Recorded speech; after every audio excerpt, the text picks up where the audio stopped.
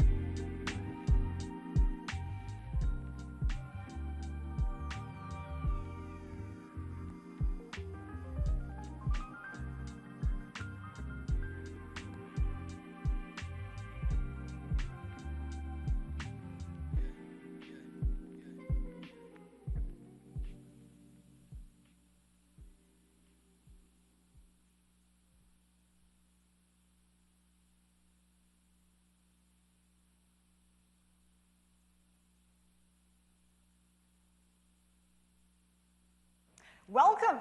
We are live. City. I'm Annalena. And I'm Romain Bostic, live on Bloomberg. This is the UN Town Hall, the next Secretary General, presented by the President of the General Assembly of the United Nations.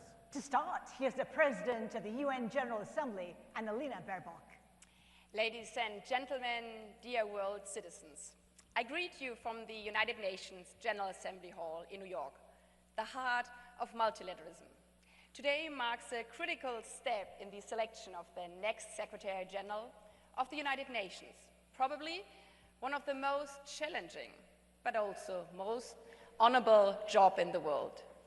The person we choose will not only be the face of this house of humanity, but also its custodian. She or he will stand up for the United Nations Charter and all its three pillars: peace and security, sustainable development, and human rights. In a time of unprecedented challenges, yet also new opportunities. Thanks to our media partner Bloomberg, we have the chance to hear from all candidates today at one stage, how they define strong principle leadership in our interconnected world, how they will reform the UN to deliver more effectively, and how they will truly represent all of our world's 8 billion citizens, of whom are half women and girls. None of this will be easy, but this institution was not made for the easy times. Welcome to the United Nations General Assembly.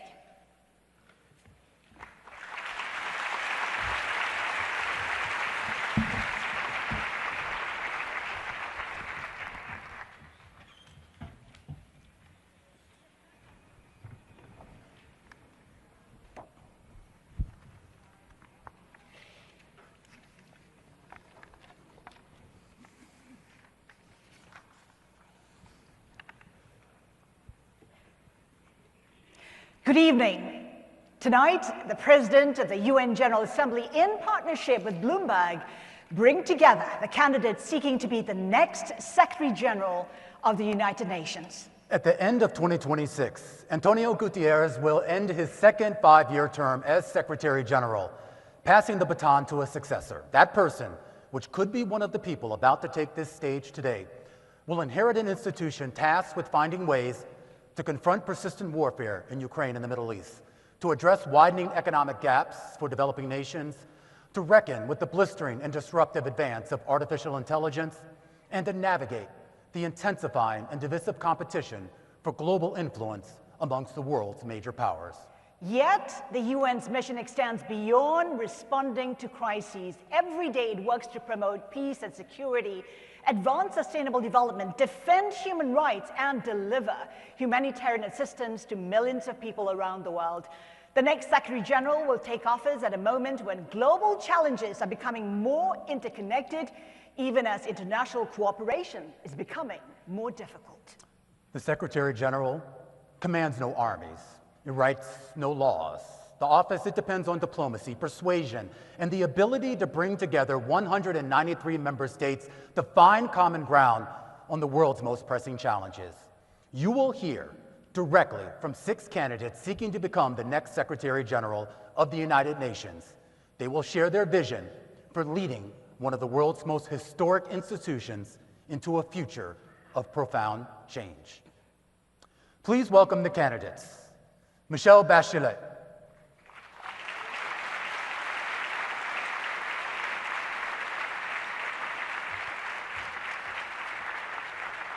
Maria Fernanda Espinosa.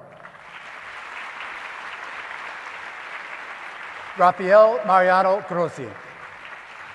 Rebecca Greenspan, Carolyn Rodriguez Burkett, Macky Sall. Welcome to all the candidates.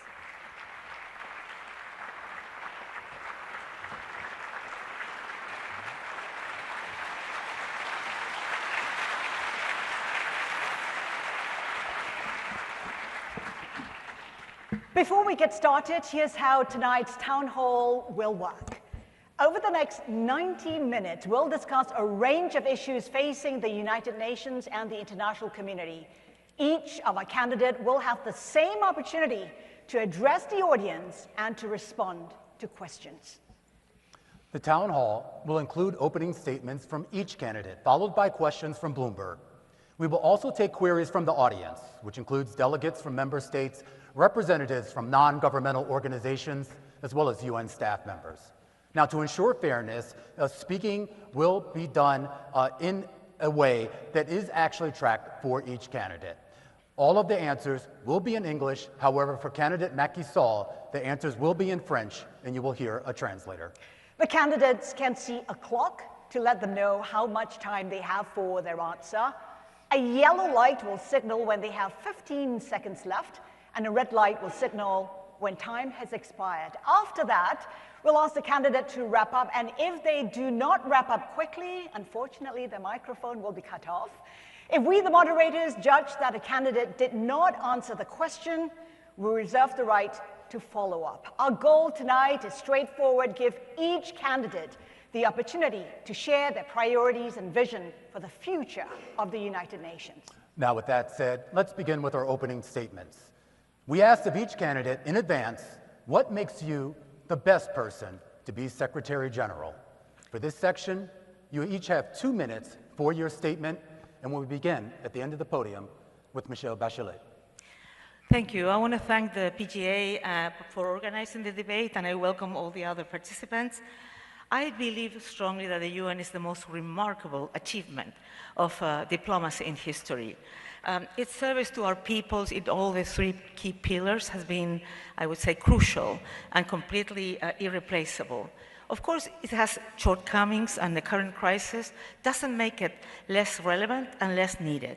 And the key task for the next Secretary General will be to defend, preserve, and improve the organization, including through continued reforms in order to ensure that the UN deliver ever more and better. And I do that in very challenging times. We're living in times with armed conflict at a historic high, where civilians are killed or injured in tragic numbers, inequality is rising, the climate crisis ever more urgent, and human rights are disregarded. Amidst all, there's lack of trust in institutions. So in such challenging environment, what the world needs is a Secretary General with the best possible credentials. First, I think I have those. First, I'm a tested leader with extensive political experience.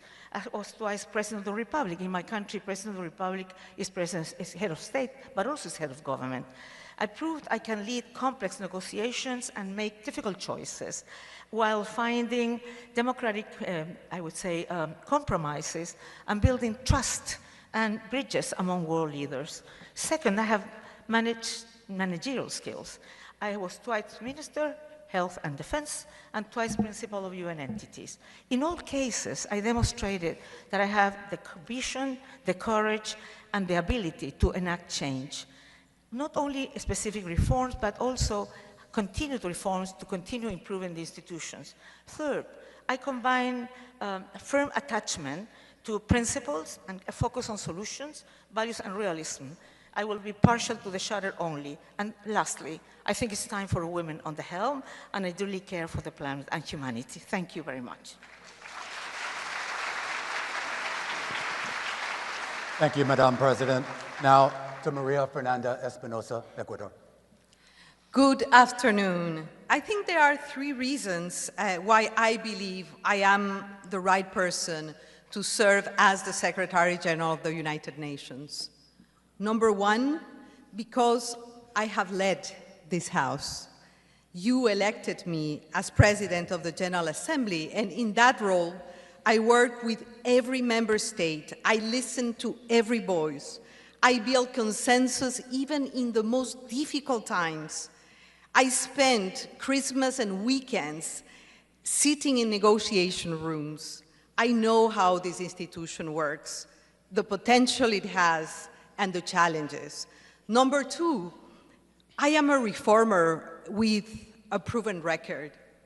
As Minister of Defense, one of the largest and more complex institutions with a staff and budget size very similar to the one of the United Nations, I reformed the armed forces.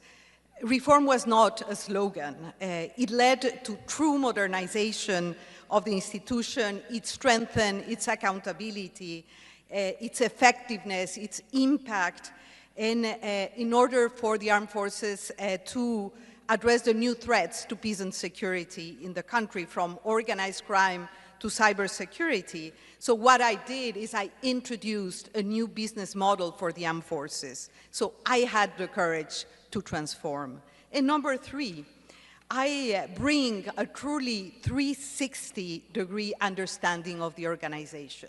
Because of my own professional pathway, I was able to understand every corner of the very complex UN agenda, from the peace and security architecture to development and human rights.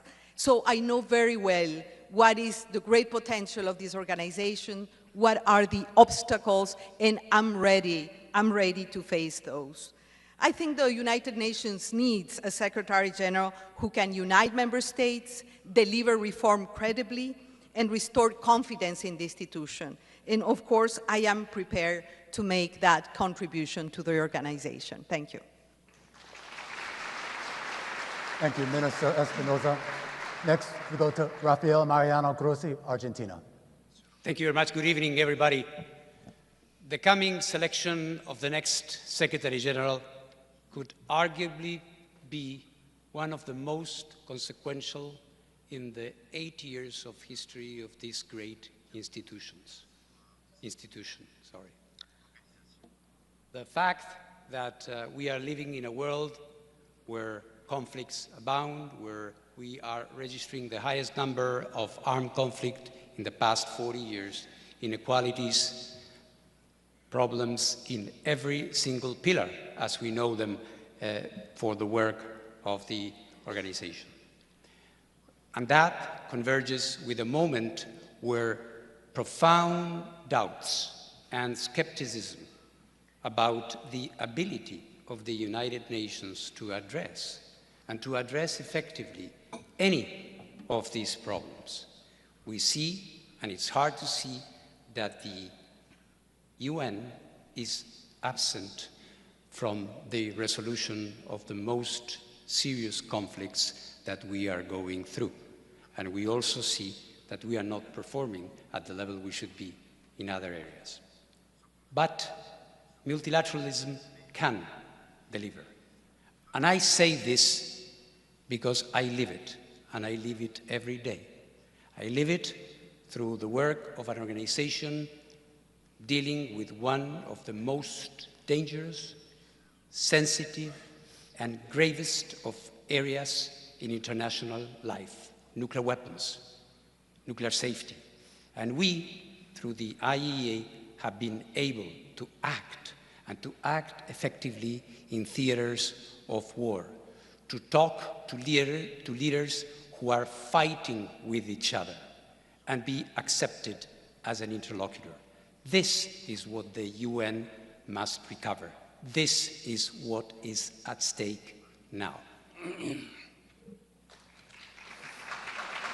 Thank you, Director General Grossi. Now to Rebecca Greenspan, Costa Rica. Madam President, Excellencies, dear candidates, I am running because what we do here in this hall matters for people struggling to be free from want, from illness, and from fear. Because we, nations large and small, can uphold the Charter as our anchor in a turbulent world. Because we see drones cross boundaries that troops never did. Because we see the price of bread rise due to conflict far away. And because people are losing trust in the capacity of this organization to deliver peace in a more dangerous, more complex world. I am running to give them real solutions and honest answers. Excellencies, it is for the Security Council and member states to decide who is the best person to lead this task. But here is what I bring. I bring integrity, impartiality, and transparency. I've led organizations in and out the UN. In each, I've built coalitions and consensus for action. I talk and listen to everyone. I close no doors, serve no interest but the charter. I lead through influence, not rhetoric. I bring proven leadership under pressure. I led crisis work in Afghanistan, Somalia, Haiti. I negotiated my country's debt. I brokered deals that opened seaways in the middle of war. And now I have the trust and earn the trust, and I know how easy it is to lose it. I bring a record of reform in large organizations, of balancing budget, leaving them more efficient, more focused, and more impactful, and of doing it by inspiring staff and keeping member states close. Excellencies, the times are too difficult and too high the stakes for us to be complacent and waste our potential. What we do here for peace, for human dignity, for development, can change the lives of people and the fate of nations. I am ready to walk that path with you. Thank you. Thank you, Madam Greenspan. Next, we go to Caroline Rodriguez Burkett, Guyana. Thank you, Romain, and thank you, President of the General Assembly, for organizing this debate, and good evening, everyone. The United Nations over these last 8 decades has served humanity well, but it is now at a crossroads. The proliferation of conflicts, lack of implementation of the Sustainable Development Goals, a liquidity crisis, and an increase in humanitarian needs. Reform to make this organization more efficient, more effective, and more agile is now an imperative. But it is in times of challenges that opportunities emerge. And it's also for a moment like this that you need a Secretary General that is practical, who is realistic, and who is pragmatic. Over the 30 years of my career, working in the fields, serving in government as a minister, in parliament, as an international civil servant, and as a diplomat, including the last 2 years leading my country's delegation on the Security Council, I have gained not only the experience, but the expertise that we need now. I have also led in times of scarce resources, and even with scarce resources, I delivered results to ensure that we mobilize additional finances.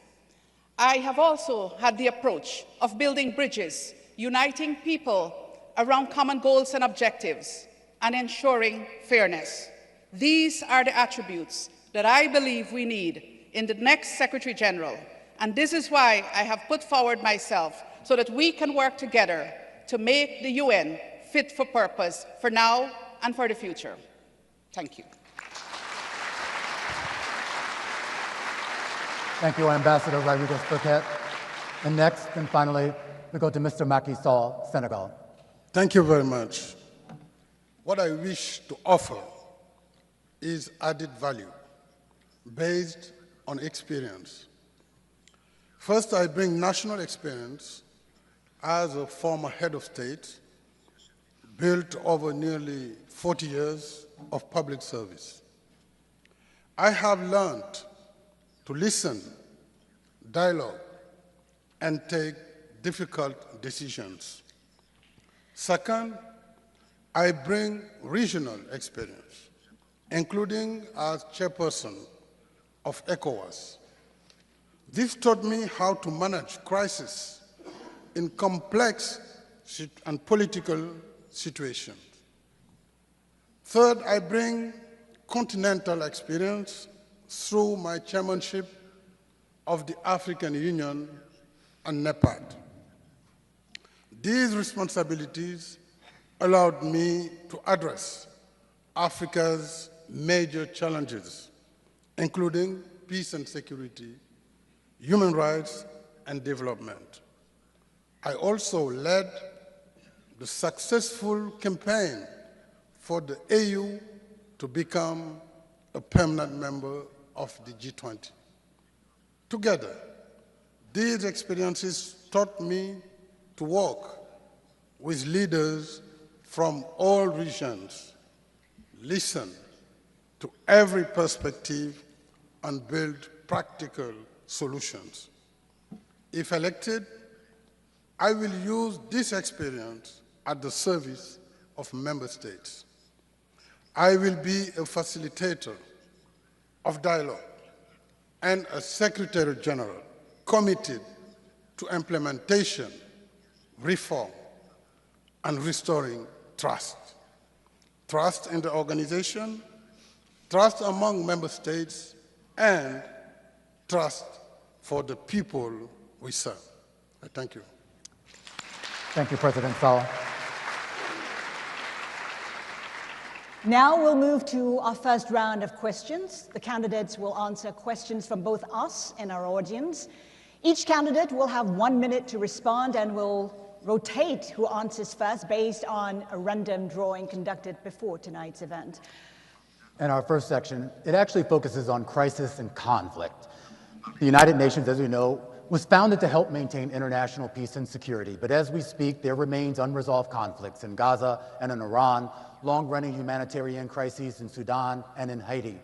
And of course, you have growing civil wars and insurgencies in places like Myanmar and the Sahel, all testing the legacy and the limits of international diplomacy, and all set to test the power of the next Secretary General and his or her resolve to uphold the mandates of the UN Charter ratified 81 years ago. And here is our first question to all the candidates. And the question is, the current crisis over the Strait of Hormuz demonstrates how regional conflicts can threaten global energy markets and trade, closing a critical shipping lane for the world. Yet, the Security Council was unable to adopt a resolution. If diplomacy inside the Council fails, what would you do to ensure the UN still plays a meaningful role in keeping the peace? Let's start with Ms. Caroline Rodriguez-Burkett. The floor is yours. Thank you, Haslinda. Indeed, we have not been able to see the results we want to see in ending the conflict in the Strait of Hormuz. But I believe that there is space for the Secretary General when there is no agreement by members of the Security Council to present options that could possibly be utilized to dialogue with the conflict parties. I'm not oblivious to the geopolitical situation, but one thing the Secretary General does not have the luxury of doing, and that is not trying. The Secretary General must try, and I would be that Secretary General that would try, whether it is in Iran or in Haiti or in Sudan or in the DRC, to put those proposals to the Security Council if the tools at my disposal as Secretary General are not good enough. Thank you. Thank you. Mr. Macky Sall. Merci beaucoup. Vous l'avez rappelé, les crises sont nombreuses, variées, sans que l'ONU soit aujourd'hui au centre des négociations. À la limite, l'organisation est dans la périphérie. Sur le détroit d'Ormuz, comme sur les grandes crises, nous avons plus que jamais besoin d'un Conseil de sécurité qui fonctionne conformément aux dispositions de la Charte des Nations Unies. Puisqu'en réalité, la sécurité globale, la paix et la stabilité incombent au Conseil de sécurité. Et c'est le manque de confiance aujourd'hui entre ses membres, particulièrement entre les membres permanents, qui fait que les crises perdurent sans qu'on ne trouve des solutions. En tant que secrétaire général, la valeur ajoutée que je pourrais faire, c'est de parler à tous, même dans des périodes de tensions difficiles, et de créer les couloirs de dialogue nécessaires pour que l'héritage qui est le nôtre, qui est de préserver un monde sûr, soit assumé par notre organisation.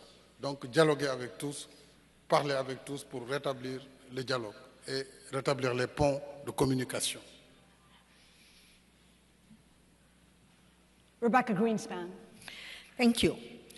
The blockade of the Security Council is when the job of the Secretary General starts, because precisely is to open the possibilities for agreement, the job of the Secretary General. I was in a very similar situation when we brokered the agreement in the Black Sea initiative. precisely for the grain and the cereals be able to be traded and for prices in the world markets to drop and for people around the world not to suffer the consequences of the regional conflict. And we can do the same in the Strait of Hormuz. We should have engaged very early on with all the actors to try to open up, at least for the benefit of the people that are suffering far away from the situation in the Strait of Hormuz that is affecting everybody. Michelle Bachelet. Well, I think that, first of all, the Secretary General should try to prevent and anticipate these things from happening. By the way, they cannot be prevented. Of course, he has to use all the tools that the UN Charter gives them. Good officers, has to maintain bridges with parties in dispute, insist on the peaceful settlement of disputes. It can mediate, send special envoys, etc., etc. Sit together with member states, with the regional grouping, and see what else can we all together produce a positive effect. It's not easy, but I think the most important thing is that the Secretary General cannot give up. He has to insist and try and see different strategies and help member states to identify different strategies so peace can be brought to the people. At the same time, he has to ensure that the organization provides humanitarian assistance and support victims of those conflicts so we have no lives lost. Rafael Mariano Grossi. The metric of the success of the Security Council in a world like the one we are having is certainly not the amount of resolutions that can be adopted. We all assume that there is fragmentation, so the absence of an agreed resolution, one could say, is the most predictable outcome of these situations. Today, by coincidence, today, in this House, the Security Council was meeting, and they were discussing preventive diplomacy, conflict resolution, and of course, the issue of Chapter 6, Article 33, the Charter, all these things that are being mentioned.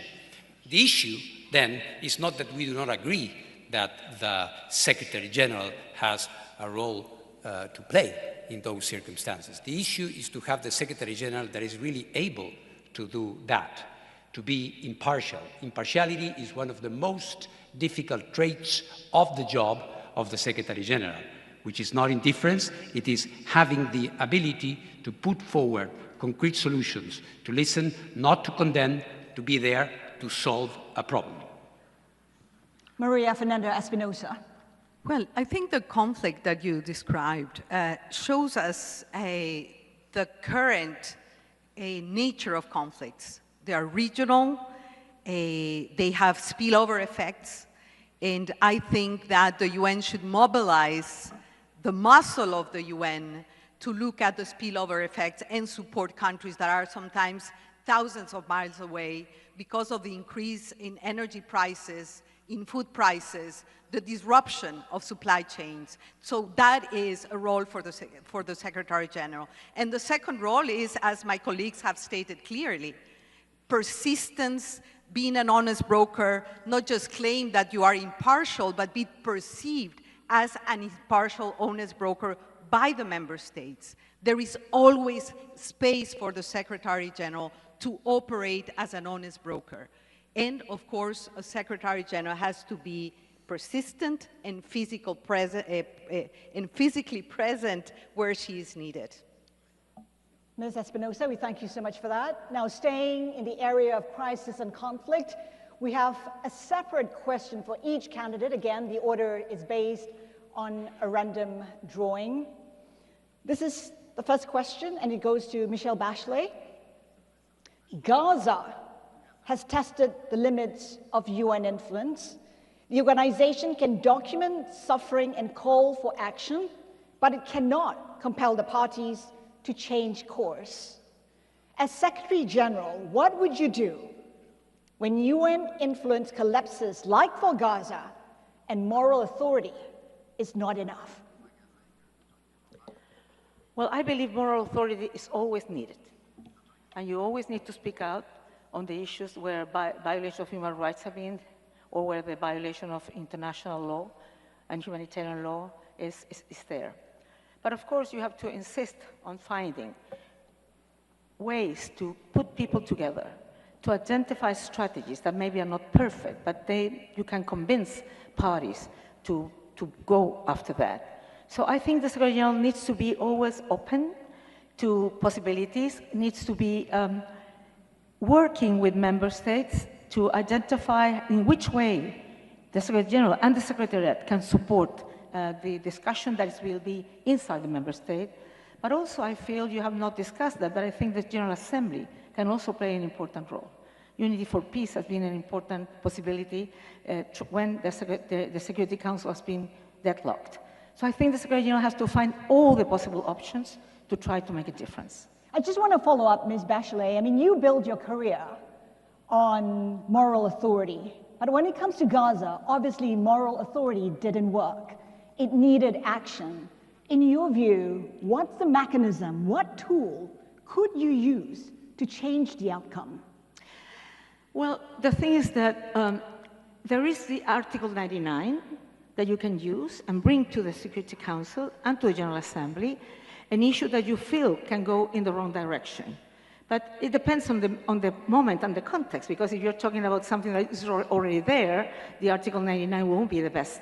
But you have to use all the possibilities. You have to go into the field. You have to work with the people there. You have to have presence, and you have to find which are the possibility of getting allies that can help to produce a change. Thank you. Mr. Macky-Sall, this question is for you. The UN Charter gives the Secretary General very little formal power, but enormous moral authority. What issue are you willing to champion, even if you knew that you lacked the support of the Security Council or the major powers? En effet, le secrétaire général a des prérogatives définies par la Charte, très clairement. Parmi ces prérogatives figure ce rôle de facilitateur, mais également ce rôle d'alerteur, un alerteur précoce qui peut travailler aussi plus souvent dans la diplomatie préventive et quiet diplomatie, mais également qui doit pouvoir, avec toute l'autorité requise, parler aux principaux belligérants, surtout lorsqu'il s'agit des membres permanents du Conseil de sécurité. Et c'est là où le travail est le plus difficile, mais je crois que l'impartialité du secrétaire général, sa responsabilité de conduire l'organisation avec la confiance des États membres doit l'amener à être ce bâtisseur constant de ponts entre les pays et de création de la confiance qui nous permet d'assumer notre rôle historique. Parce que les leaders de nos pays ne doivent pas détruire l'organisation. Au contraire, ils ont chacun une ambition que l'ONU doit continuer à jouer le rôle qu'il a toujours joué, et ça a été un rôle très important depuis la fin de la Seconde Guerre mondiale. Cette génération actuelle de dirigeants doit travailler la main dans la main et dans la confiance pour que le monde soit meilleur et que la paix soit la plus partagée possible. Let me just follow up, Mr. Sall. You talk about building trust. You have 30 seconds to answer the question. How do you do that exactly? J'ai été président du Sénégal pendant 12 ans. J'ai dirigé l'Union africaine. Je me rappelle, après le déclenchement de la guerre en Ukraine, j'ai été amené à devoir aller rencontrer le président Poutine. Tout le monde n'était pas d'accord, puisque c'était un moment où il y avait énormément de tensions. Mais justement, puisque je représentais un continent d'1,5 milliard d'habitants qui vivait des conséquences sur le blocage du port d'Odessa, sur l'absence de facilité de commerce sur les engrais pour les pays africains, il fallait donc, malgré cette tension, aller à Sochi, mais aussi aller à Kiev. Donc il faut que le contact soit en permanence établi, quelles que soient les tensions, et c'est ça le rôle impartial que le secrétaire général doit jouer pour rétablir la confiance entre les membres. Thank you, Mr. Sall. Caroline Rodriguez-Burkett. The Security Council is increasingly paralyzed by vetoes. As Secretary General, how would you make it effective when its most powerful body cannot act? I believe that, as I said before, there is always space for the Secretary General. I've served on the Security Council, and I have seen in times when the Security Council could not act, when certain members or groups of members had different views on issues, when the Secretary General this current Secretary General was able to act. I would want to follow in that same path, because you bring neutrality as Secretary General. You bring a lack of motive only to help the vulnerable and those that are in need of the UN's assistance. And so I think I would capitalize on that neutrality, capitalize on the tools at my disposal, but also on the footprint that the UN has on the ground, that we could receive all the information that we need to make certain proposals to the Security Council. And the Security Council might not act today, but it might act next week, based on the Secretary General's recommendation. Would you take action without Council authorization if it means preventing a crisis? The Secretary General, yes, the Secretary General is the Chief Administrative Officer of the organization, but there are certain tools at the disposal of the Secretary General: mediation, good offices, appointing special representatives. There are certain things that you can do. Of course, there are times when that might not be enough, and you would have to depend on the Security Council. But if, for example, a veto is going to bring immense suffering, then I would want to speak with that member state to let them know what the consequences of that will be. Maria Fernanda Espinosa, this question is for you. Your vision calls for the breaking down of traditional silos and treating today's challenges in a more integrated way. When it comes to climate change, which is increasingly fueling conflict, migration, food insecurity, and humanitarian crises, how would you reorganize the United Nations so climate is treated as a cross-cutting challenge rather than simply an environmental issue? Well, thanks for this question. I have thought a lot about that.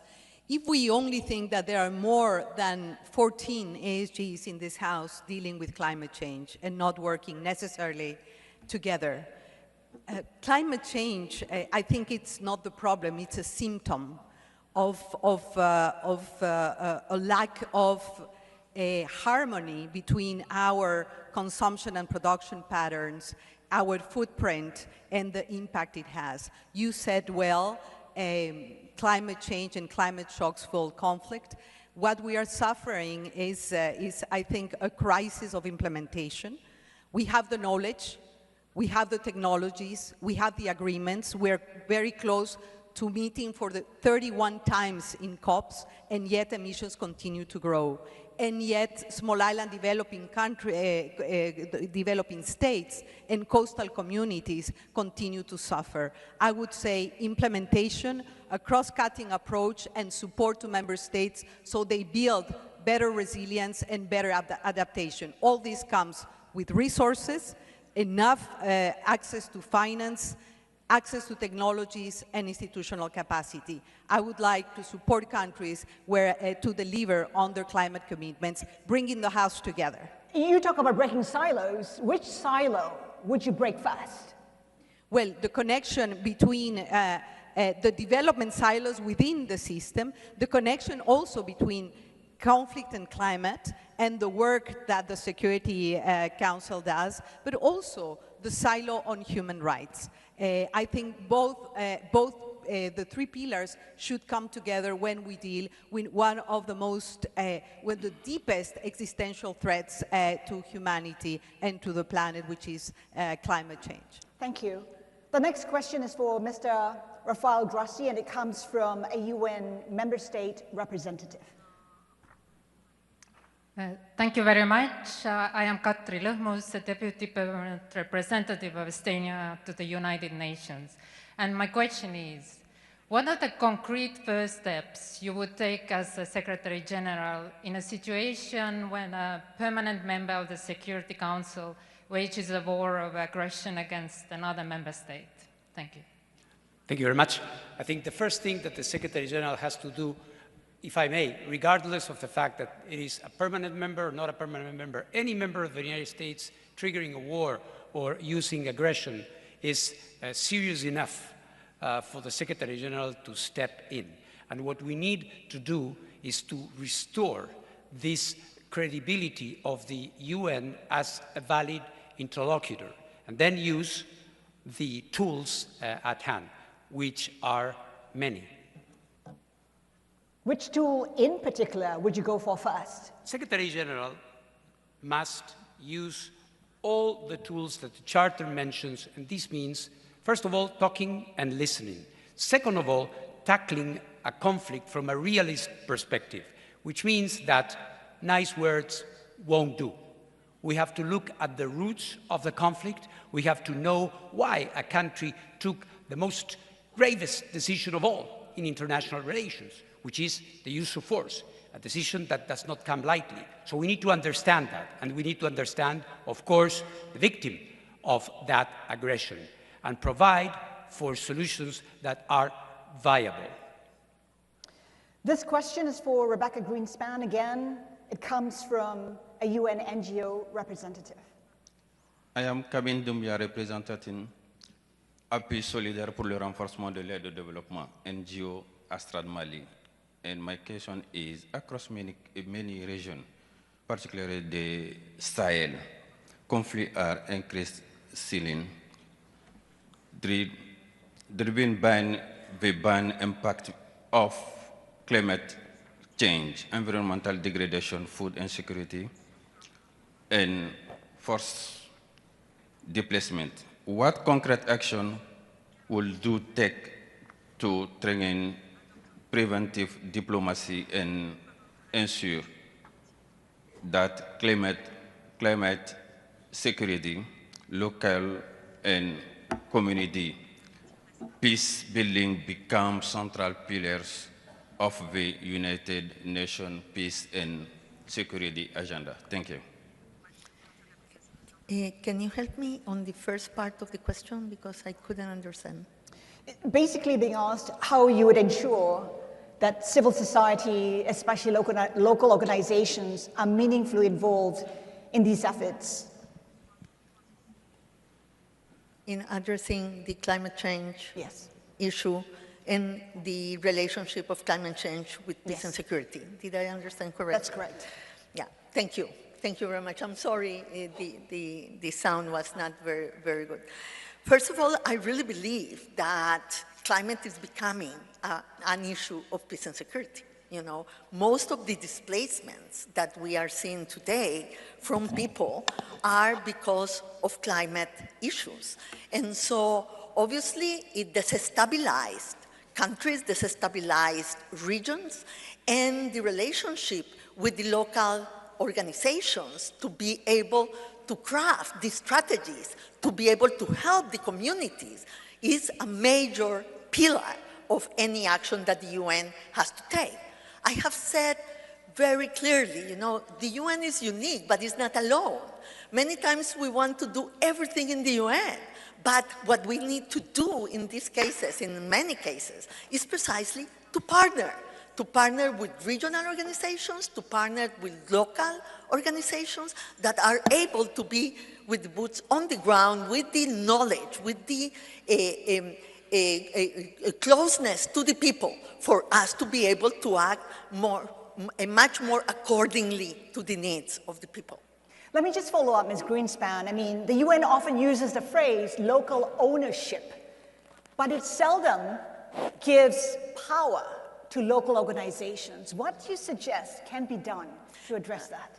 Look, you are very right, and I think that the big reform of the UN is at the countries on the ground. And let me say, we are very much supply-driven and not demand-driven.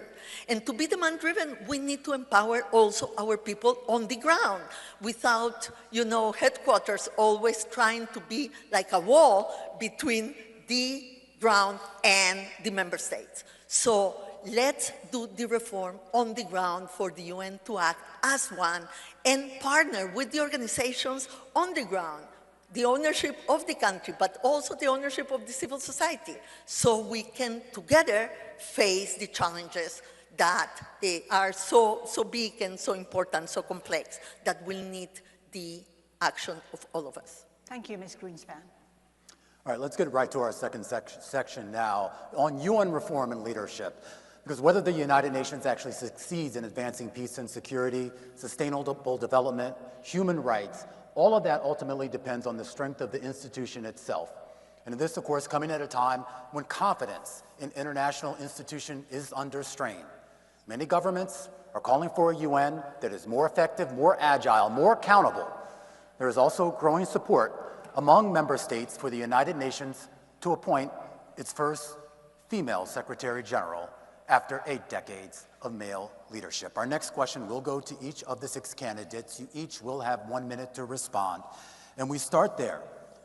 If elected Secretary General, the question is, at the end of your first term, what would you want governments and people around the world to say that the UN does better then than today? And I start with you, Madam Espinosa. Well, after 5 years, I see the organization with great hopes because I believe in human agency and in political will.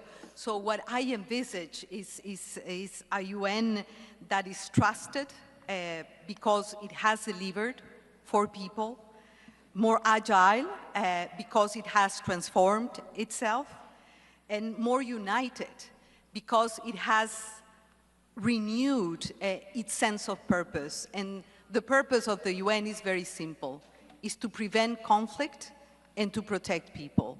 And I'm really ready to lead this transformation that the UN so badly needs. And I agree with those that believe that we need an organization that is more modern, leaner, more effective, and much more accountable. The same question goes to you, Director General Grossi. After 5 years will be time enough to see whether the UN is back on track.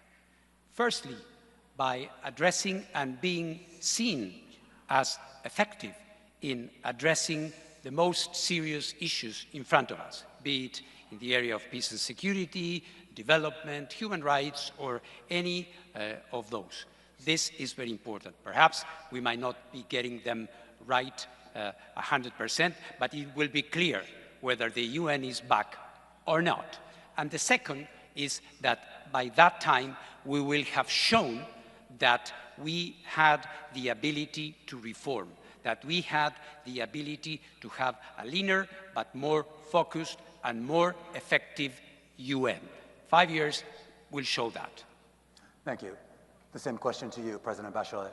Well, I also believe that people will trust I hope that after 5 years, people will trust the UN.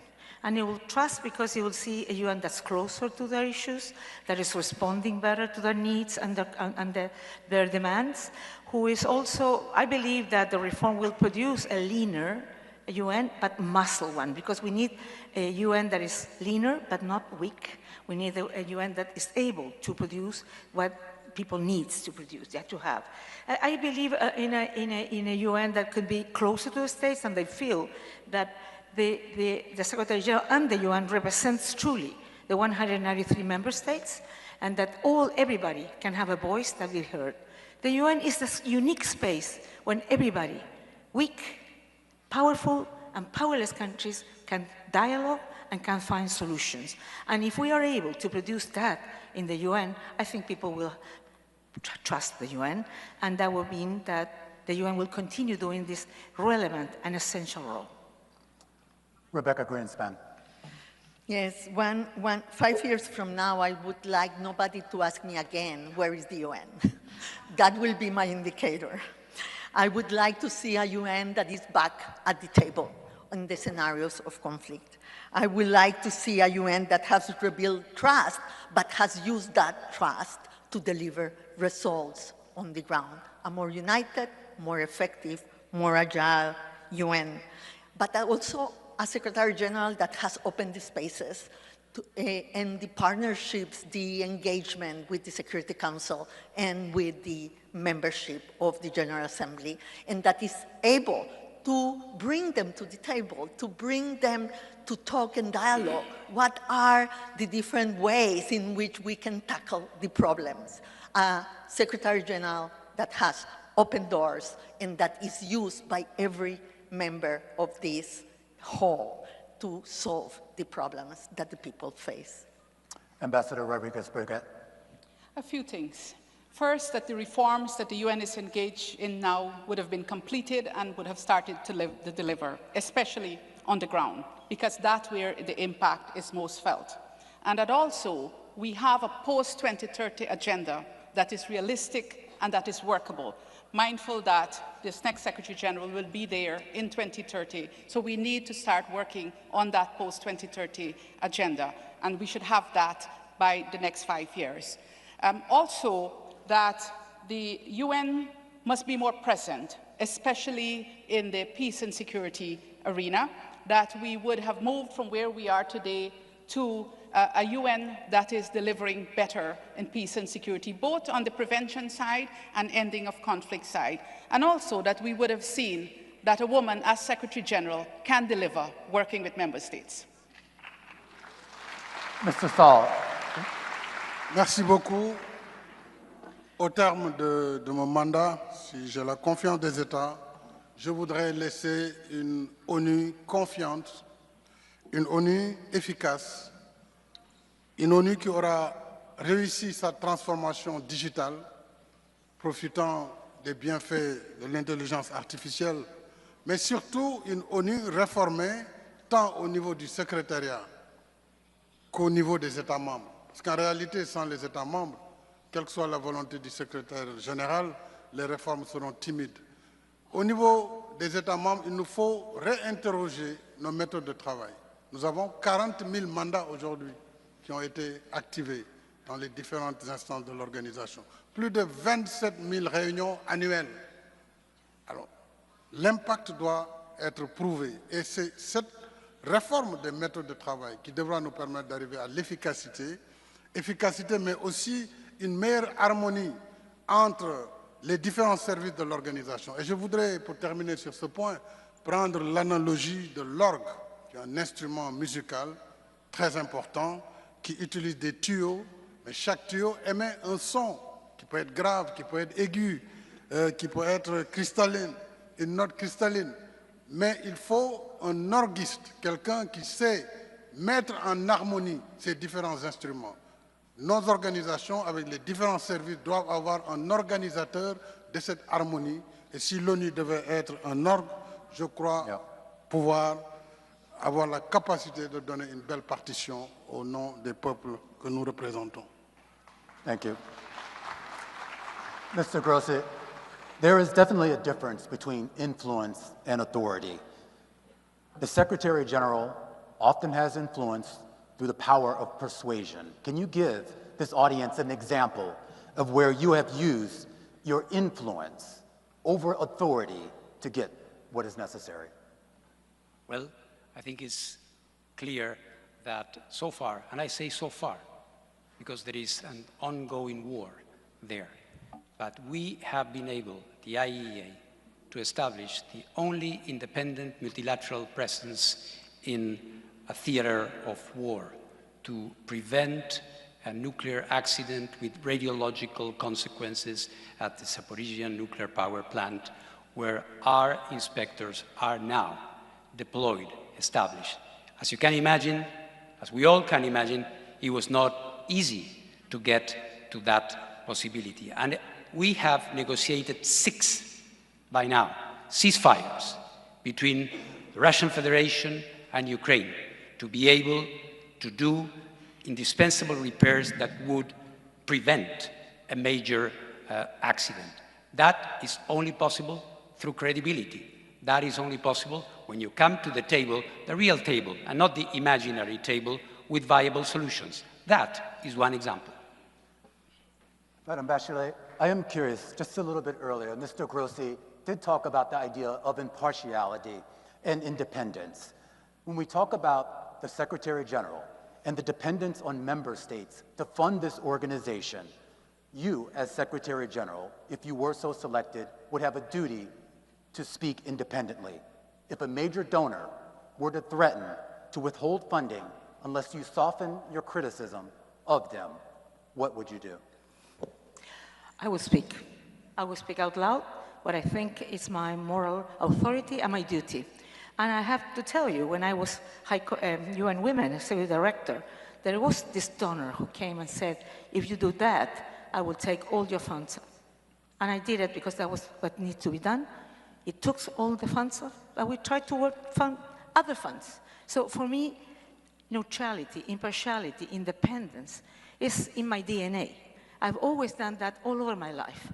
And I have proven that that is so important because that's the only possibility that the 193 member states feel that this Secretary General really represents them all, the powerful and the less powerful. Otherwise, it's terrible because if you permit yourself to be pushed, I have been pushed for other reasons as well as High Commissioner of Human Rights to not launch certain documents, but I did it because it was my duty, and you have to do your duty. Otherwise, it's not worthy to be Secretary General. In doing that duty, Sorry? pushback from France, from Russia, the UK, the United States, from many China, countries. From many countries. Thank you very much. Ms. Greenspan, the next Secretary General is likely to face sustained financial pressures as it undergoes this reform. If you had to make a difficult choice financially, what would you protect at the United Nations at all costs? I don't agree with you.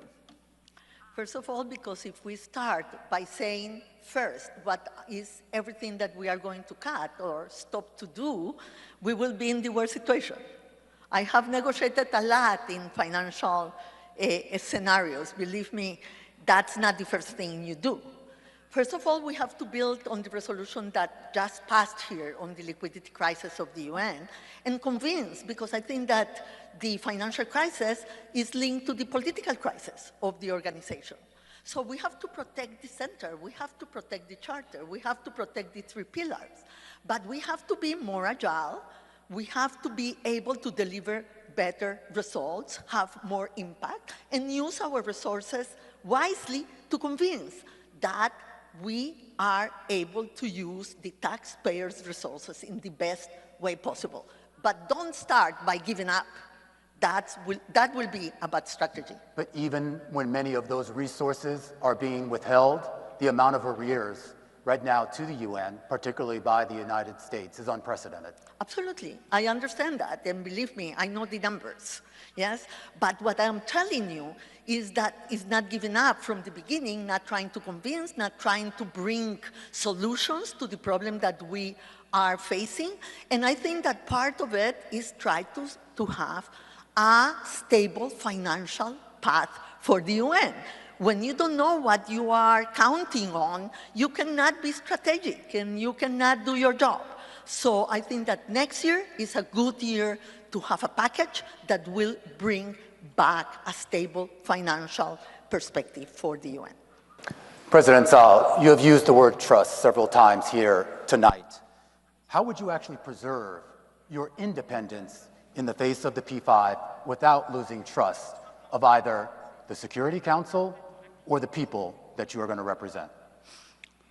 J'ai déjà prouvé par mes responsabilités antérieures mon indépendance.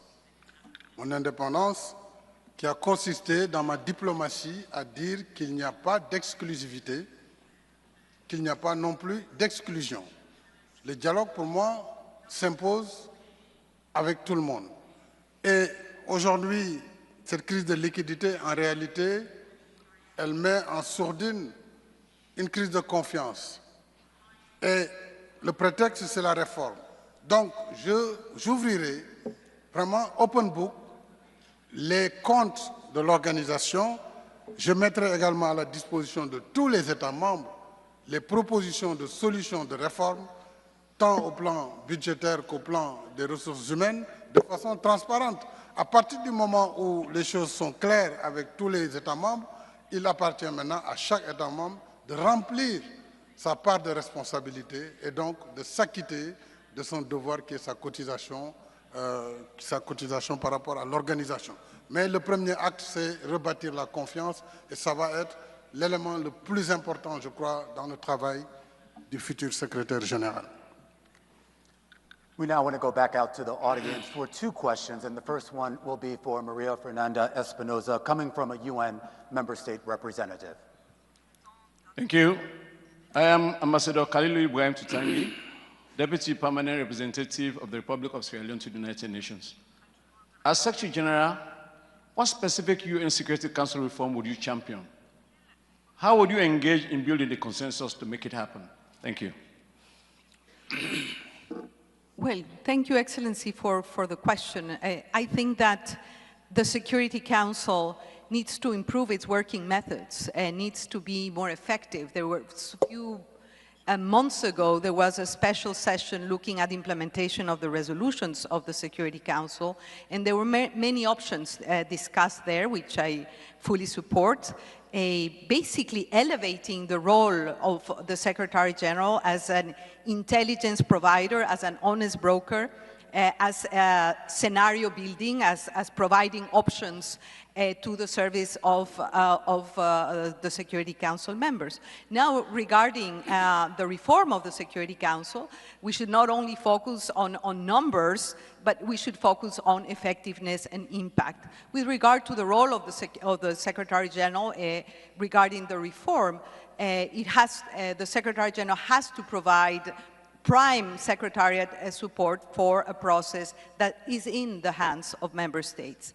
I led, as President of the General Assembly, the IGN work, the intergovernmental negotiations on Security Council reform, which have been going on for a long time, and I think it's a debt that the system has. It's mandated also by the Pact of the Future. The role of the Secretary General should be to provide all the Secretariat support, encourage member states, but of course the reform process is entirely in the hands of member states.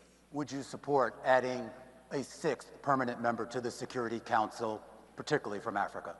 There is no role for the Secretary General to support any particular position. There are many positions regarding the composition of the Security Council. My role would be to provide the advice, the Secretariat support, and if called and requested, operate as an honest broker within the House and among the members of the Security Council.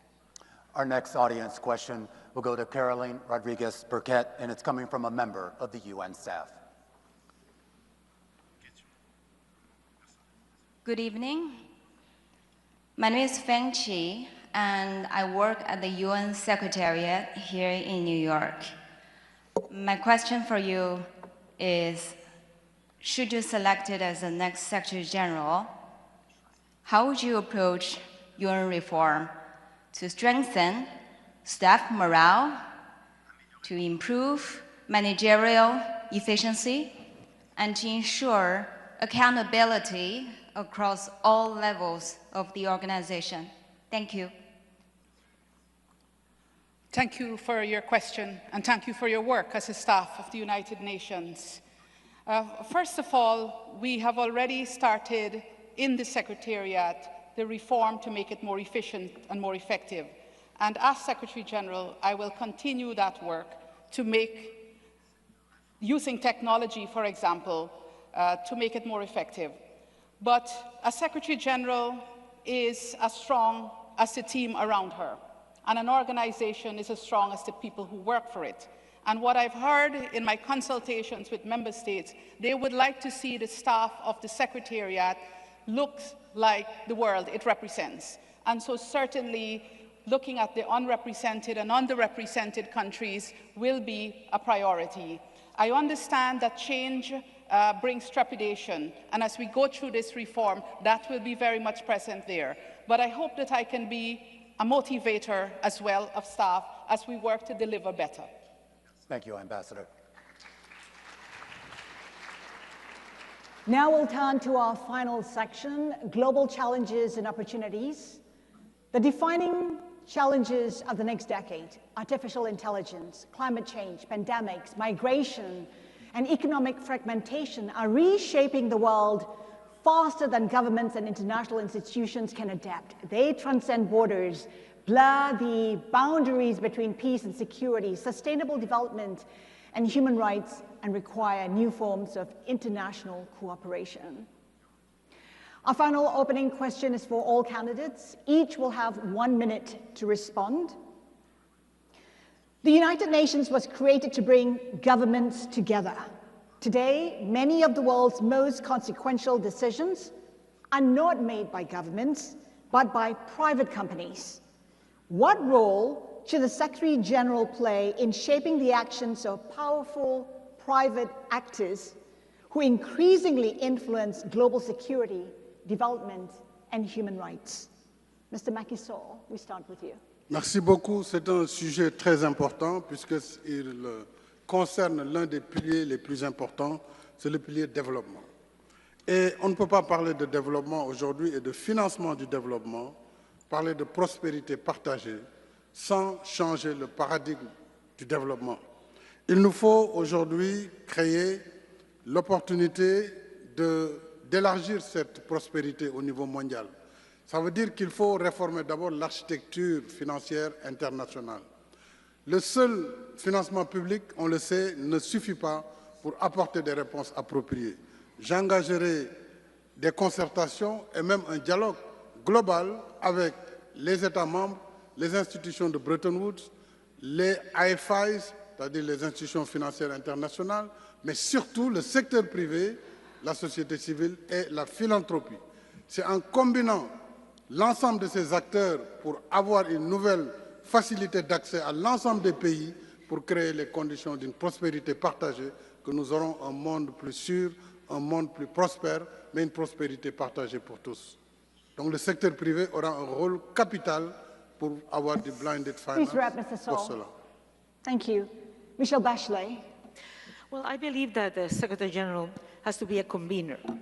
Talking about the different challenges you mentioned a lot of different ones, artificial intelligence, climate change, etc., and that the UN is a very unique place that to convene all stakeholders, for example, of course, governments, but also private sector, academia, person who develops technologies in the case of the artificial intelligence, to try to identify which are the ones that needs to have a rule governance, a global governance, but on the same time to develop what we call a smart mix of measures that can on one hand give rules, clear rules to everyone, that everyone, governments, but also the private sector has to follow, but at the same time to boost innovation and the capacity of the private sector to continue advancing in many of these essential issues. So I think the Secretary General has been in the past, and can be a very important convener because it can sit together all the people who are involved in this.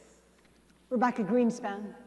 Yes, thank you. I think that this is a very good question to refer to what many call now polylateralism. That is multi-stakeholderism. That is that you have to bring the actors in the areas where you want to influence. And we need those that understand the technology, we need the science, but we need the private sector.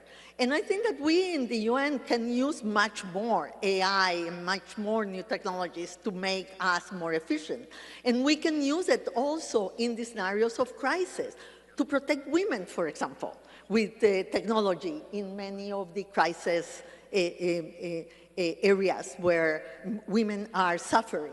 So I think that this idea of polylateralism in the issues of technology and AI is very handy, is right, because we need to bring all the actors. Civil society has to be there because there are issues of human rights, there are issues of regulation, and the science that is now being convened by the Secretary General in the UN, I think that is a very important step forward in that direction.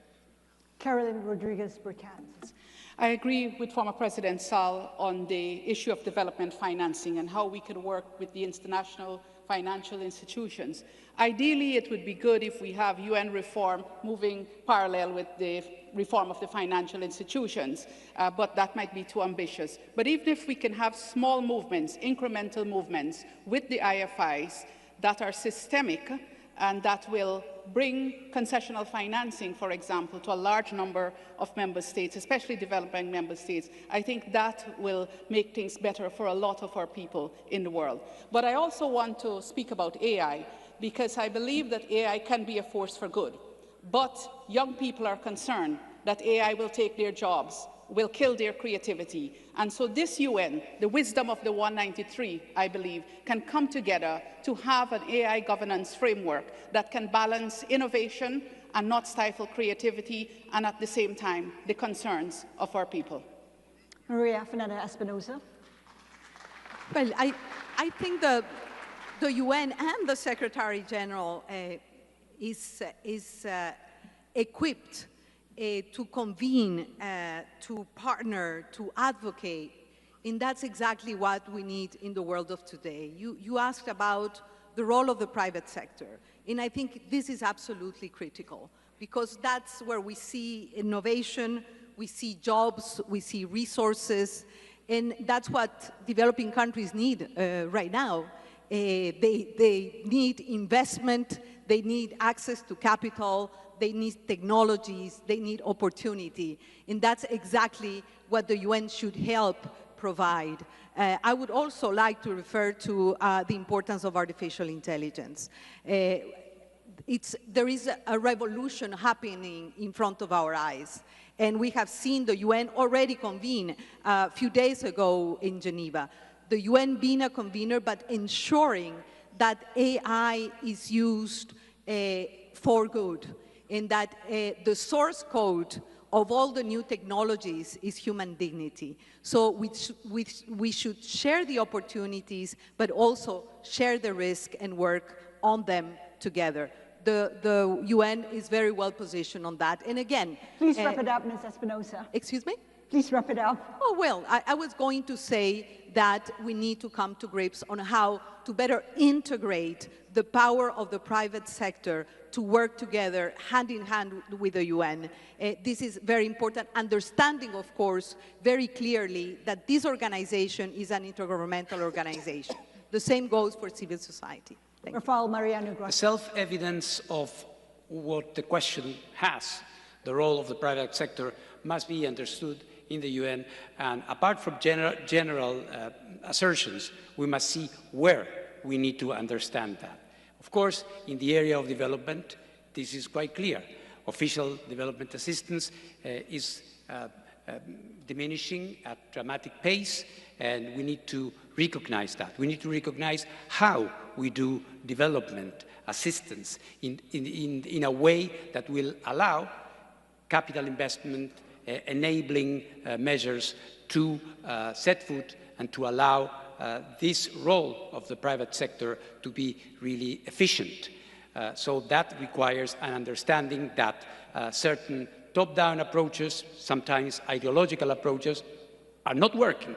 In the area which has been recognized by my colleagues here of artificial intelligence, coming from a technical organization like the IAEA, we are very much aware of that. Here, neither starry-eyed optimism nor unjustified fears, just the right approach, which is not a top-down thing. Yes, the UN is looking at it, but some others are doing it. Just a few days ago, a new international organization has been set up to deal with that. So this means— Mr. Grossi, please wrap it up.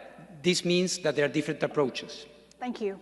Now, staying in the area of global challenges and opportunities, we have a separate question for each candidate.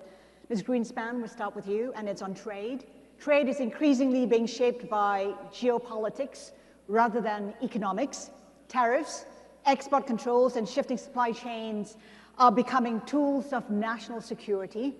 What role should the Secretary General play in preventing economic fragmentation from becoming a source of global instability?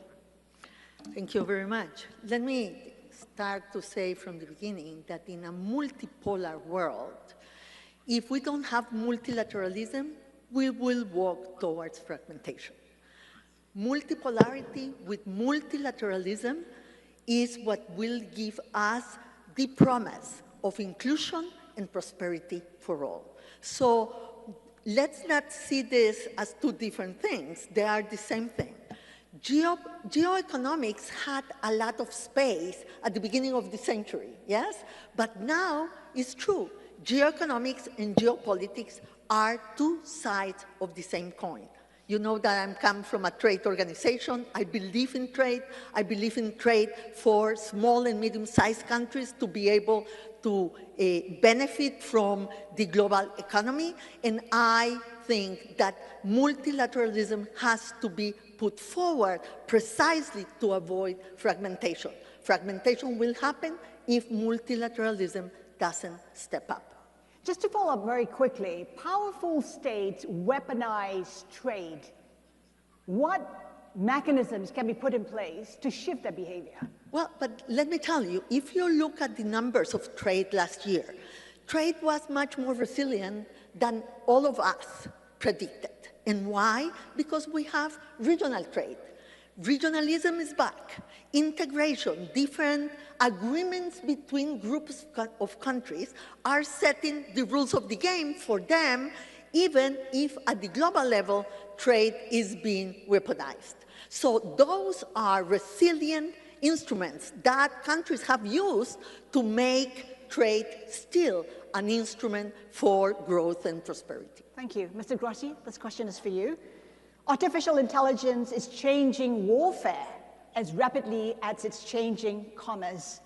Should the United Nations lead efforts to establish global rules for autonomous weapons, and what should those rules entail? There are certain guardrails that can be applied, but we have to be extremely careful. Some people say that we need an IEA for AI, because here you have an international organization that deals with a very sensitive technology and has been doing it right. Unfortunately, the algorithmic space, the way in which frontline models are developed in a very diffuse way through different jurisdictions, makes it extremely difficult to go for a top-down, over-normative approach on AI. What we will need to have, and do it together with those who are driving this in different parts of the world, we are going to need a collaborative platform to define together what are the certain behavioral rules that we may agree on in order not to stifle innovation that we all need and to avoid that we lose the more important factor, human in the loop. Would you back a verification system? A verification system of the type that you have for nuclear weapons, for example, would be an illusion. So you need something different. It would be good for me to say, yeah, do what we do at the IEA. IEA is based on material balance of tangible things. This is a different dimension, requires a different approach.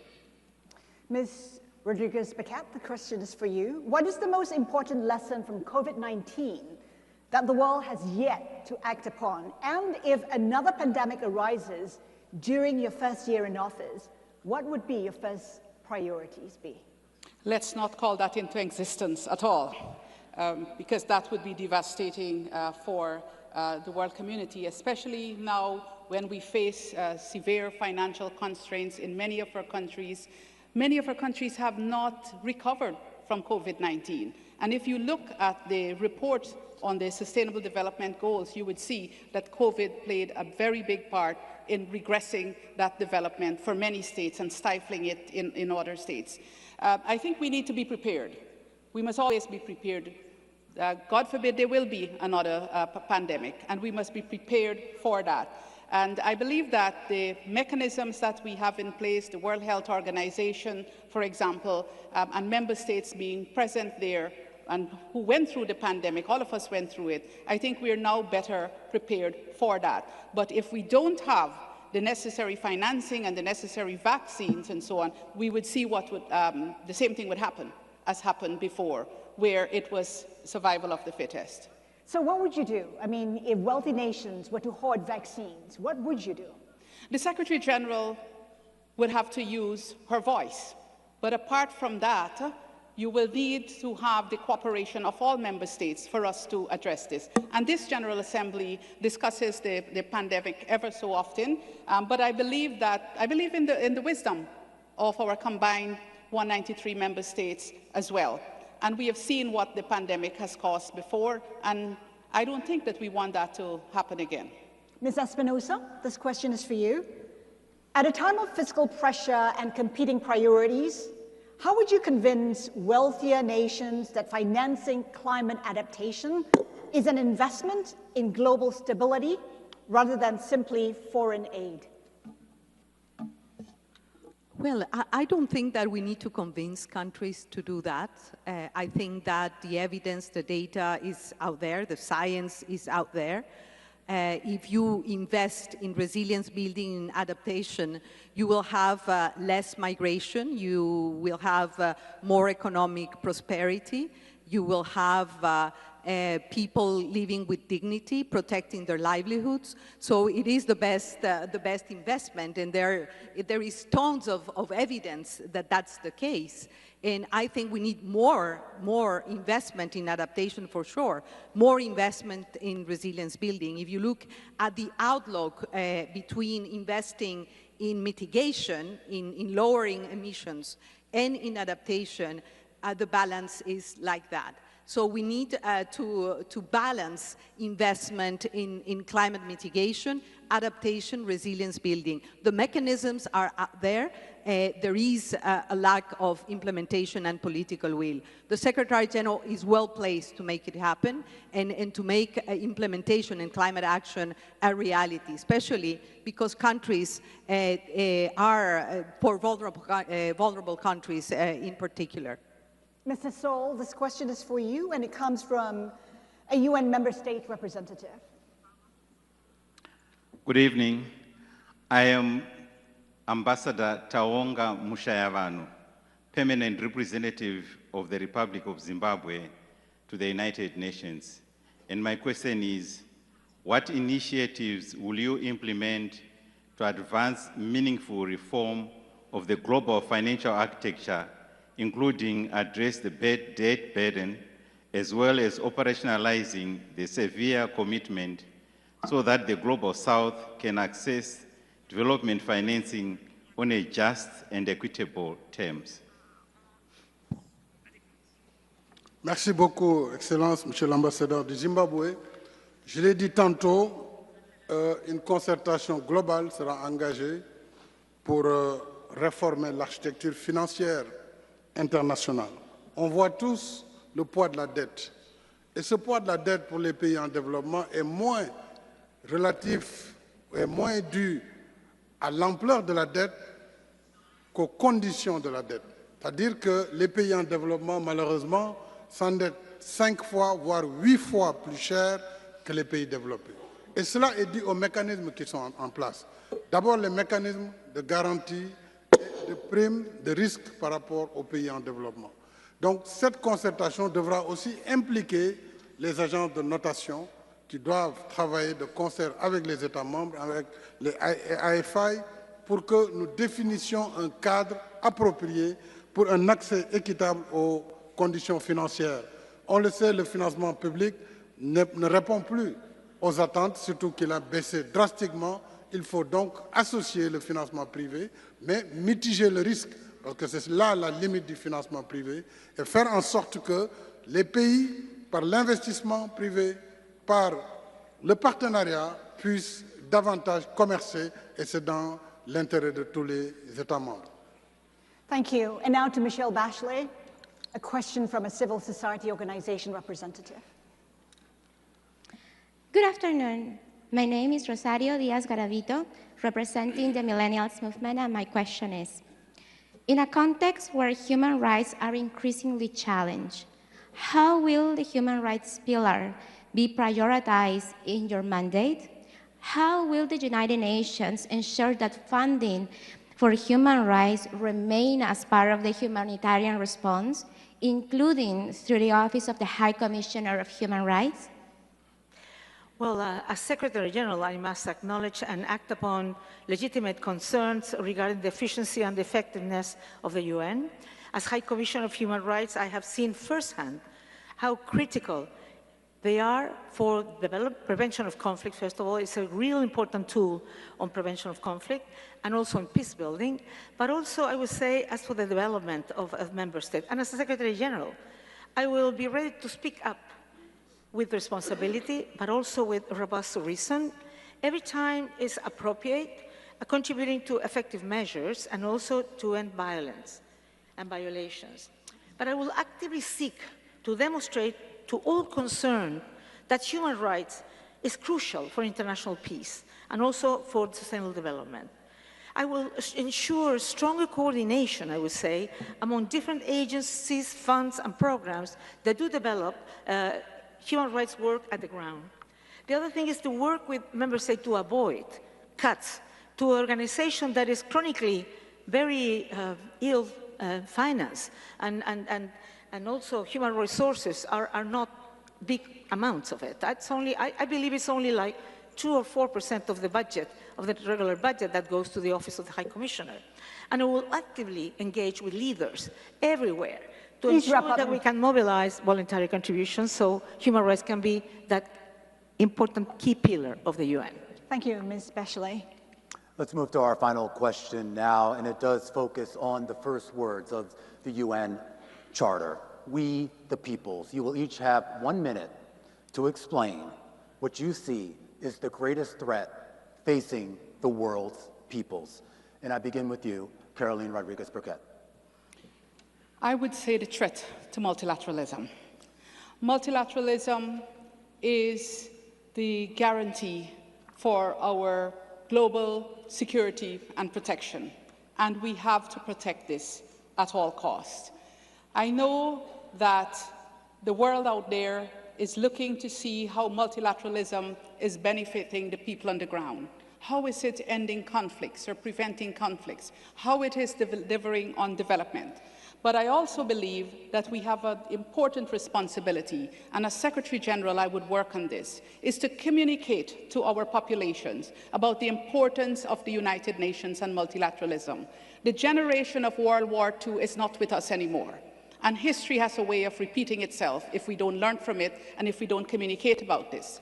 But I think communicating the work of the UN is better when it's also underpinned by action. And action to make changes on the ground, to see development on the ground. And that is what I would do as Secretary General, communicating why the UN exists, why multilateralism is important, but also what actions are being taken by the United Nations to address the global challenges we face today. The same question to you, Mr. Sall. Merci beaucoup.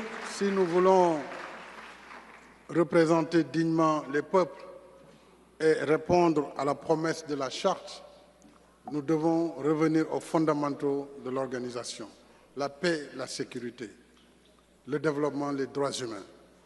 Agir efficacement sur ces leviers permet de donner une réponse appropriée à la jeunesse du monde.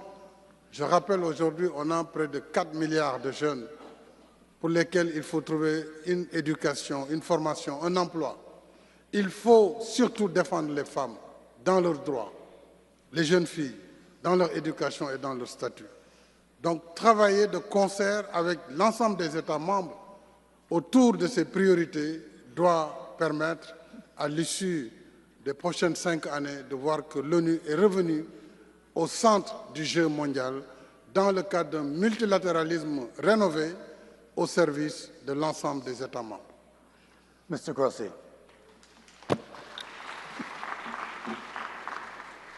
A grave threat is that the current fragmentation we have been talking about, and upon which I think we all coincide, puts us in a point beyond convergence, beyond believing that in spite of all these differences, there are still common denominators.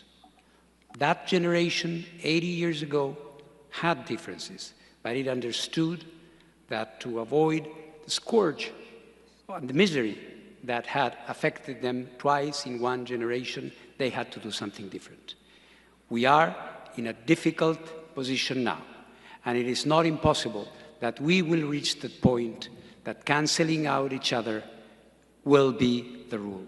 And for that, there is still one UN. Let's not forget that. Ms. Greenspan. I think that the main challenge for we the people is the belief that might is right, is the weakening of international law and humanitarian law, is the erosion of the belief what founded this organization, that was the great powers thought that they needed restraint. That's why they built an international organization, an organization where they will exert restraint, not only power. And we need to bring back that idea to the UN. We need to bring back that idea to the great powers and for the coalitions for multilateralism. A multilateralism coalition, the most stable coalition in the small and medium-sized countries, because we need the law, we need the framework, we need the charter, and we need to bring back to it, to the main initial idea, all the other powers also to be able to stabilize the capacity of the UN to be able to bring peace, development, and human rights. Madam Bachelet. Well, I think that there are many threats, because it's different the threat that can have a country today in the Gulf, that families and young people in Africa where they have no jobs, or where there are extremist groups that are trying to recruit them. But I believe that the kind of challenges that the world is facing today are global challenges. So nobody's going to solve them themselves. So when there is polarization, fragmentation, intends to weaken the international community, that is really a problem. So that's why, as all of them, as I already said, we need a strong multilateralism. We need a UN that's agile, efficient, effective, transparent, accountable, and that takes in seriously all the different challenges that young people have, that women have, because peace is essential, but there will be no peace and security if there's no development. There will be no peace and security if there are no human rights. We need to work strongly on all of them to be able that people feel that this UN is really responding to what they need. The greatest threat facing the world's people, to you, Maria Fernanda Espinosa. Well, allow me to start with a quote. Elie Wiesel, a Nobel Peace Prize, said that the opposite of love is not hate, it is indifference. And I am afraid of that, of indifference, especially understanding that nearly half of humanity is under 30 today, and yet the institutions that are shaping their future and their present are still designed, led, and governed by previous generations.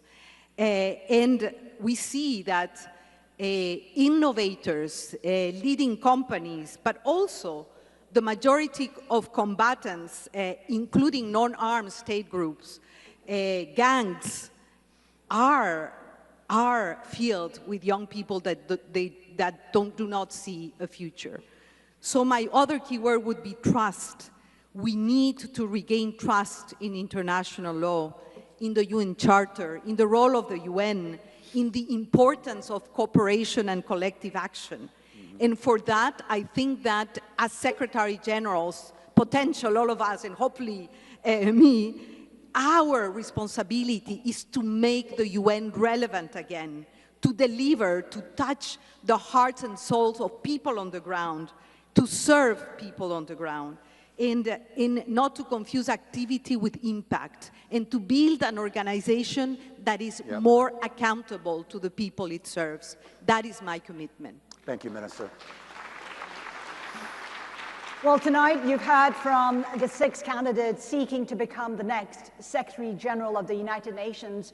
You've had their ideas and conflict and diplomacy, responding to emerging technologies and addressing the global challenges that increasingly transcend national borders.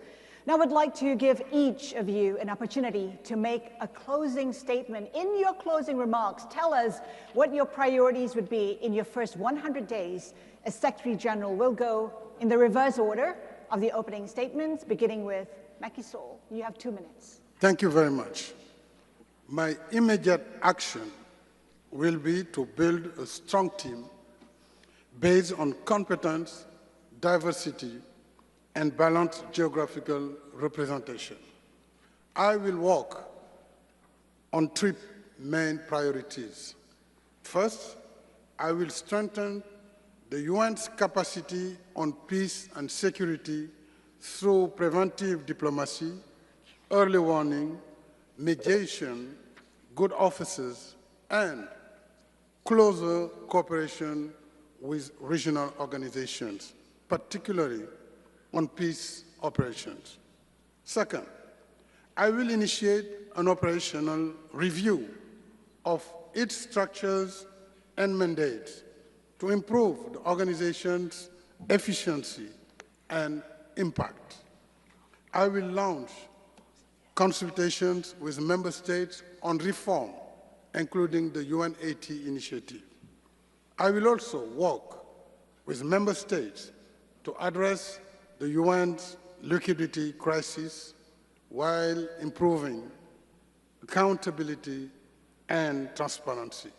Third, I will keep human rights and development at the heart of the global agenda.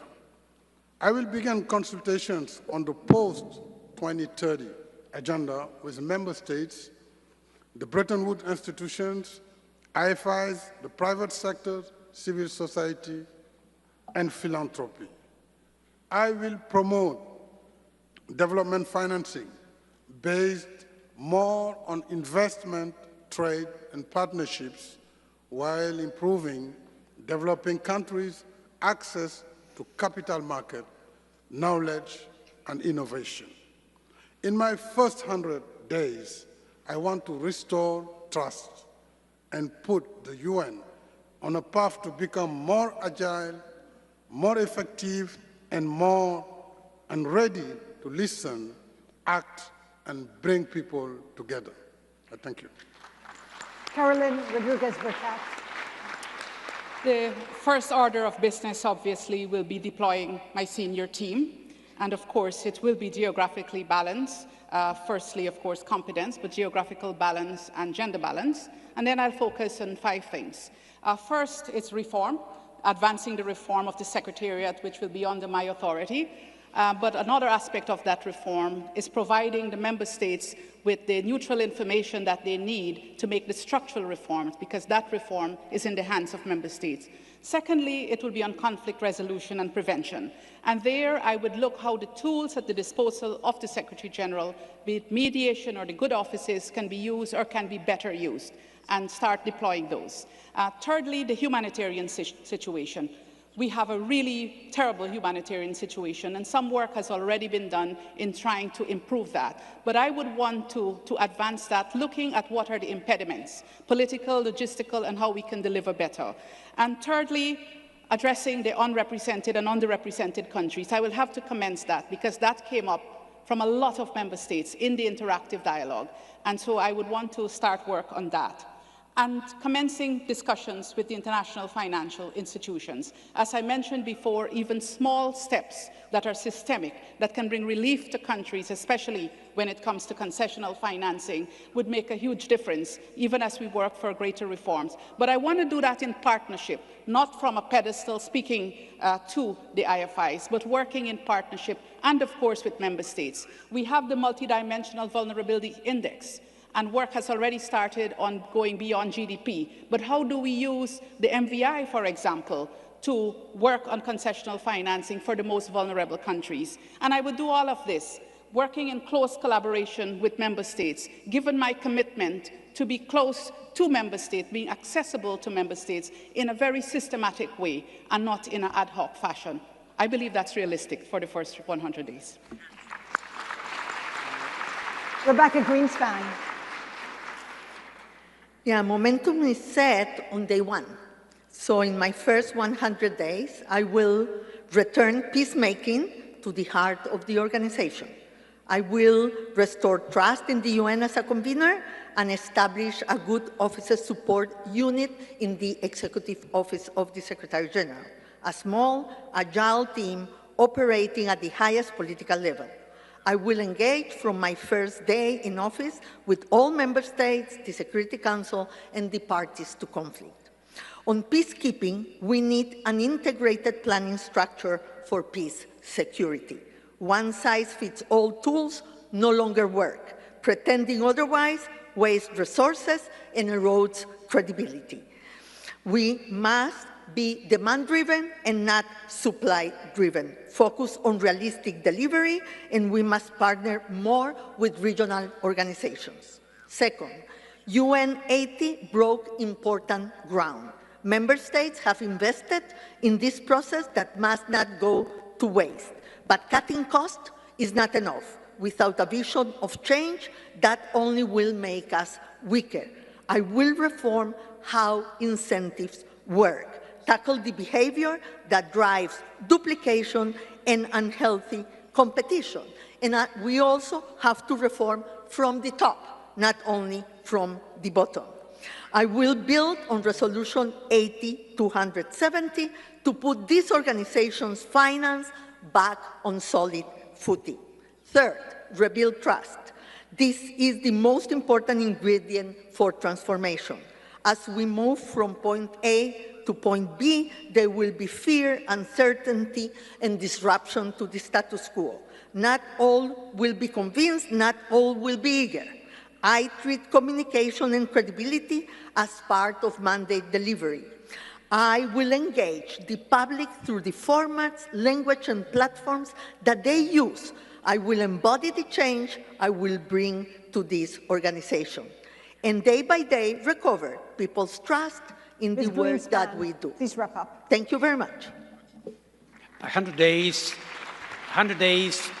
might not be enough to do everything that needs to be done to put the UN back on track.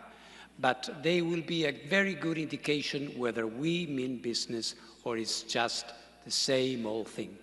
Statements, speeches, good intentions, we all know that. We've been there before, and it's not going to work. It didn't work before, it will not work now.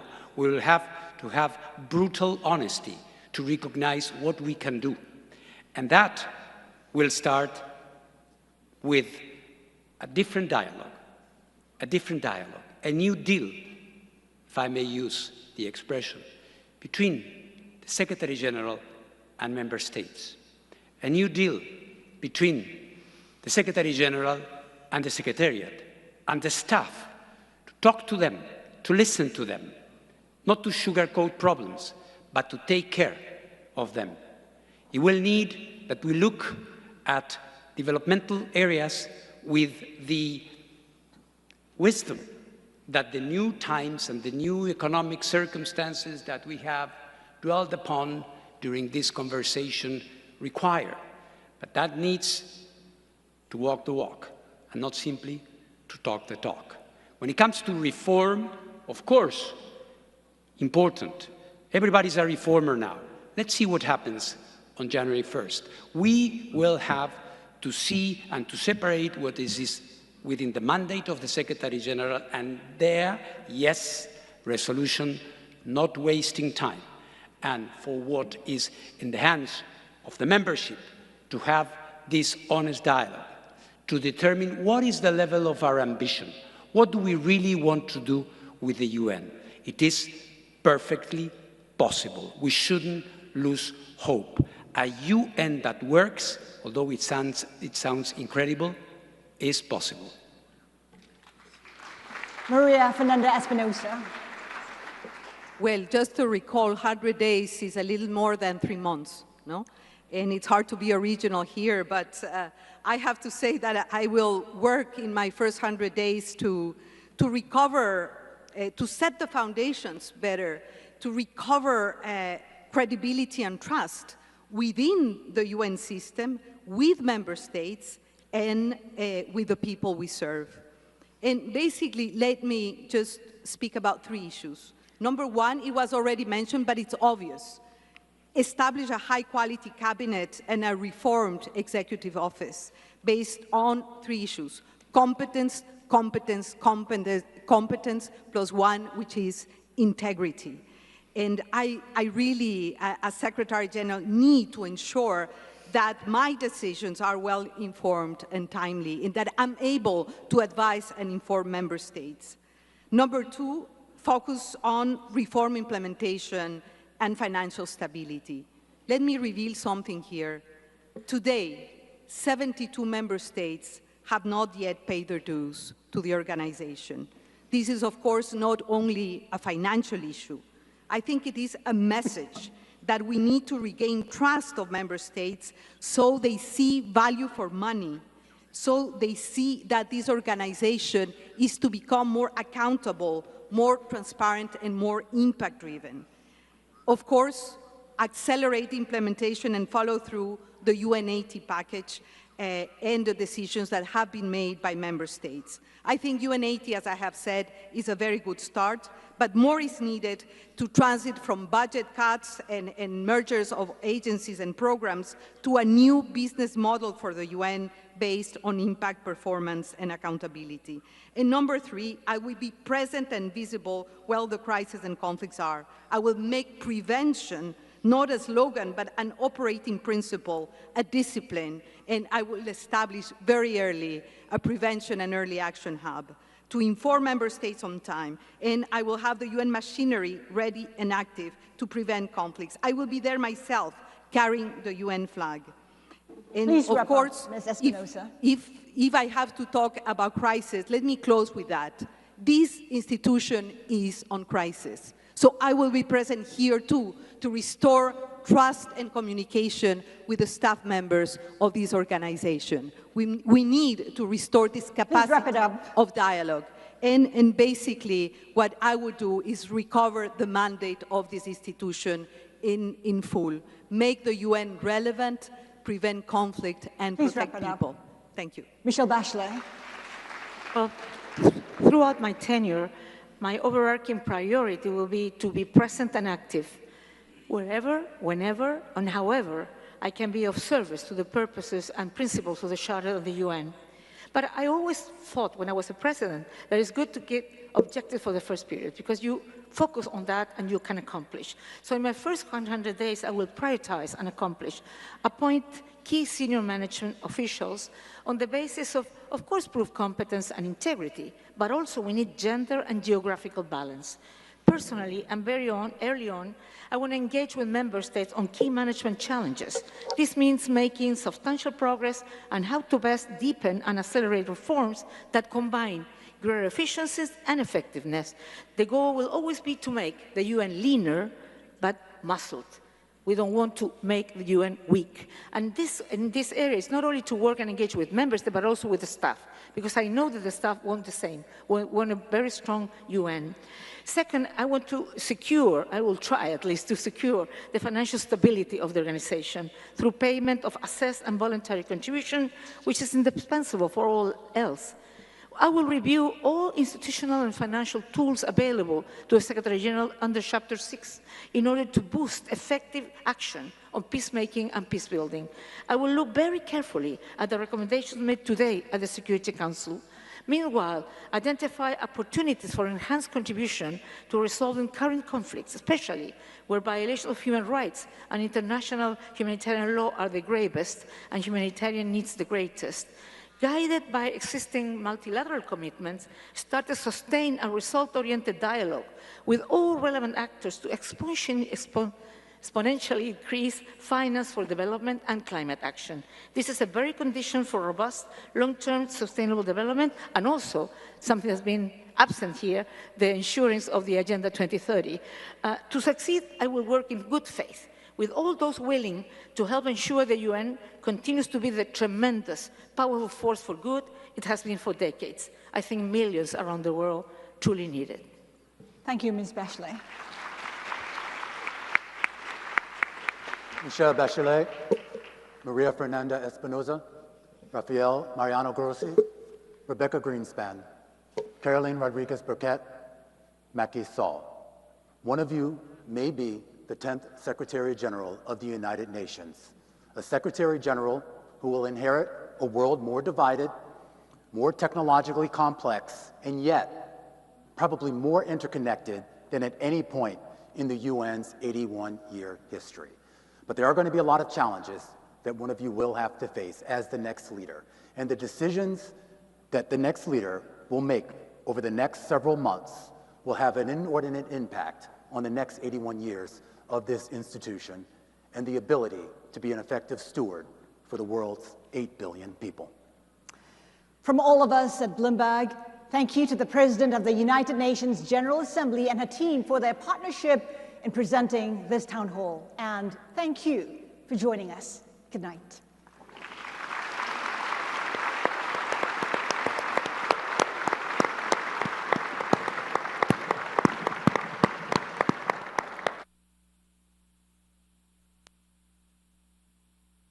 Distinguished delegates, ladies and gentlemen, there's more. In a few moments, the moderators will begin a town hall discussion to wrap up on Bloomberg Television. Now is the time to answer the poll questions. The QR code is on the screen.